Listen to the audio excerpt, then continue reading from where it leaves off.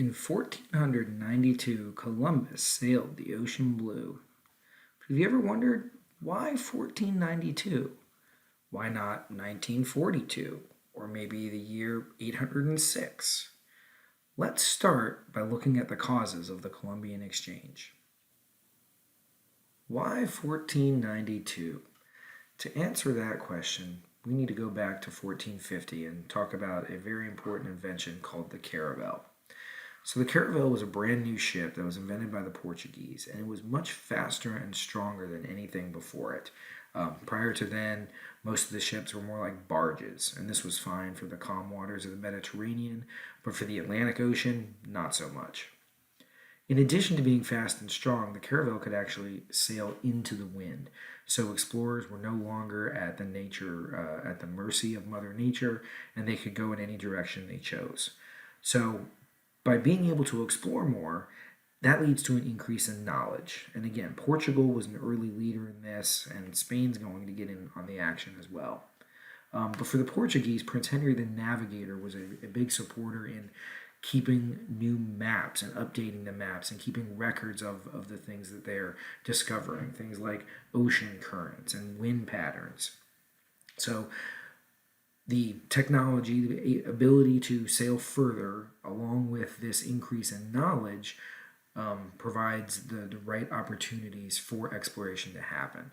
But there still has to be a reason why. It was certainly a very dangerous enterprise. There needs to be a payoff in the end, something to motivate people to want to do this. And the payoff was to get to Asia. For hundreds of years, Asia was the destination for silk and spices. But the journey over land was very dangerous. Here we have Portugal and Spain. And to get to Asia by land, not only is it really long, crossing over deserts and mountains, and there are unfriendly nations that want to prevent this from happening, I can't really carry that much. If you could go by water in a huge ship, you'd be able to bring a lot more goods back and become very wealthy. So Portugal, again, started off exploring, and they went along the west coast of Africa here. And as they traveled along the coast of Africa, they established trading posts. We'll come back to that more in a little bit. But the time period we're talking about here, we're looking at, again, around 1450s. This begins, and we'll say that by 1500, some accomplishments have been made. So as Portugal goes along West Africa, Columbus has a different idea. Columbus is going to sail west, and he wants to get to Asia by going westward, and he actually lands in the Caribbean. He lands on an island that he names San Salvador, and as we'll get into more here in a minute, this discovery completely changes everything. But Portugal is not done exploring. They're bound and determined to get to Asia, so they keep coming along the west coast here, and they actually will make it all the way to India before 1500. A very important Portuguese explorer, Vasco da Gama, makes it to India in 1498. So this kind of sets the stage for the Columbian Exchange, and the next thing we're going to look at is how does it develop after 1500? Let's look at the Columbian Exchange in a little greater detail. Now, the developments of the Columbian Exchange really happen in the 1500s. Columbus discovers America in 1492, but we're talking about a global exchange of goods and ideas, so it takes time for that to develop. Let's break it down continent by continent. The original goal is for Europeans to get to Asia. They want those spices and silk.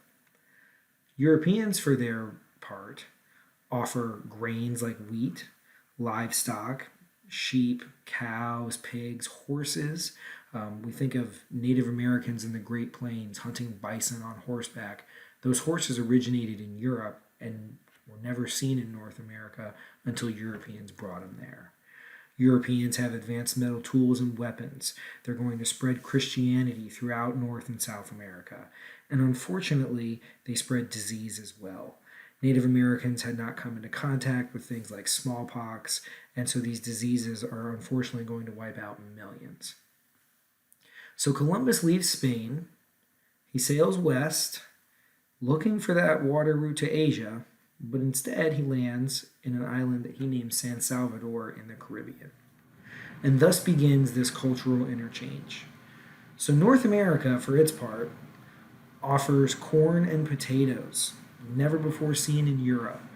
It's kind of strange to think that the European diet never had these things until they were brought back by explorers.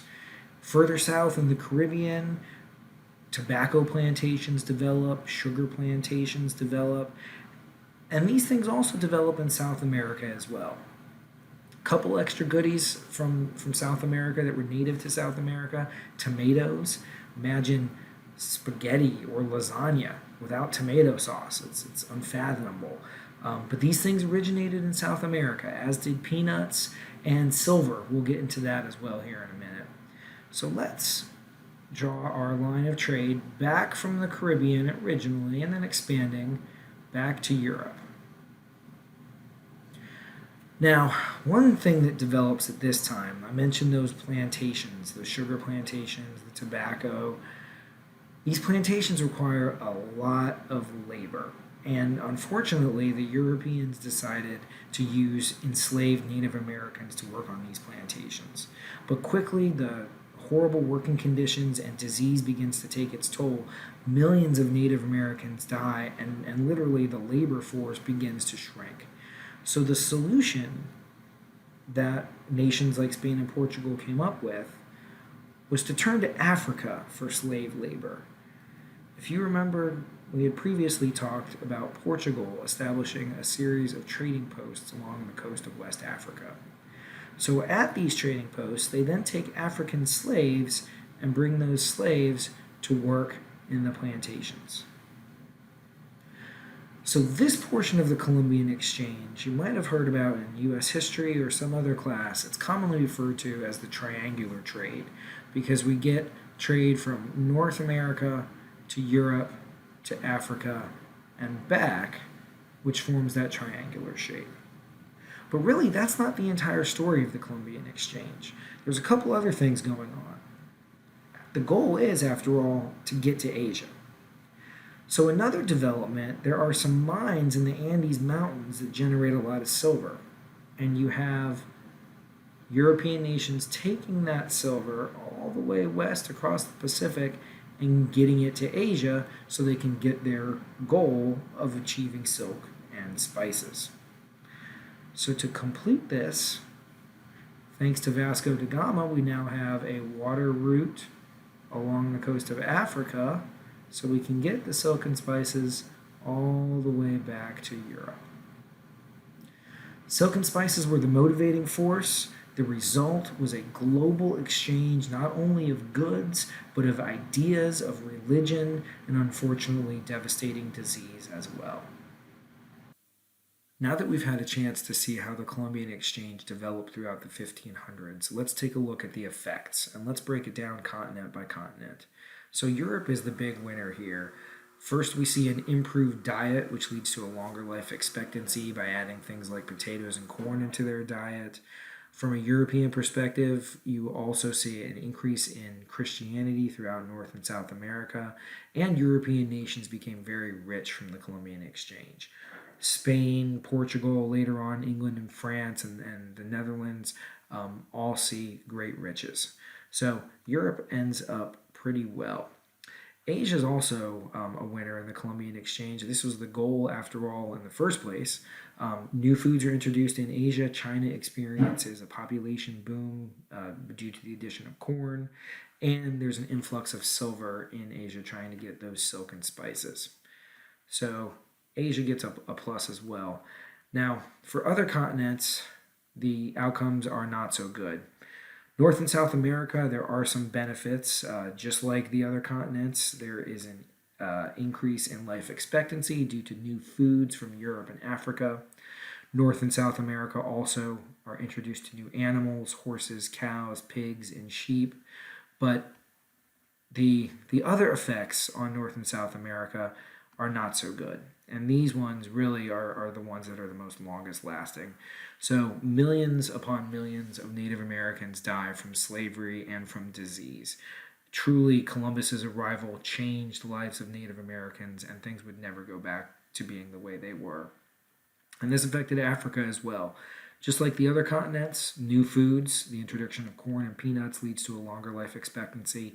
But the most important effect on Africa was the development of the slave trade. And really, one could argue that the effects of this slave trade are still being felt hundreds of years later. So, without a doubt, the Columbian Exchange affected every continent on the planet, some in good ways, others in very, very terrible ways.